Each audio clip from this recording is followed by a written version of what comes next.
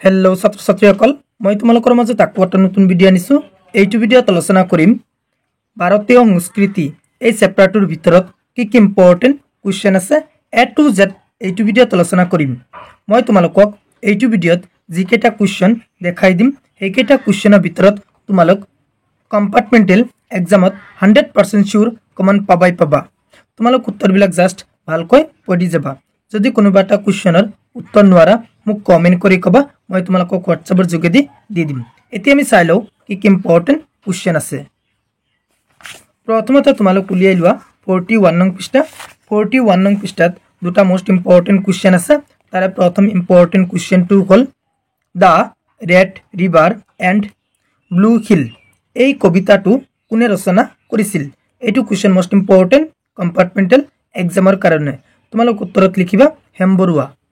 Next important কোৱেশ্চনটো হ'ল হেম বৰুৱা কোন দুখন আলোচনী সম্পাদনা কৰিছিল। এইটো কোৱেশ্চন মোস্ট ইম্পৰ্টেন্ট কম্পাৰ্টমেন্টেল এক্সামৰ কাৰণে। তোমালোক উত্তৰত লিখিবা জনতা আৰু পছুৱা।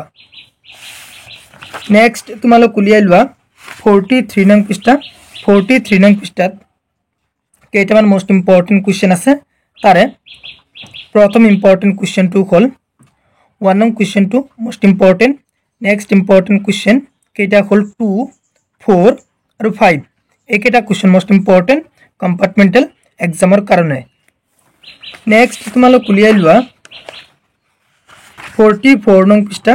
44 নং পৃষ্ঠাত কেইটামান মোস্ট ইম্পৰ্টেন্ট কোৱেশ্চন আছে। কোৱেশ্চন কেইটা তোমালোক ভালকৈ চাবা। 6, 7, 9, 10, 12, 13, 15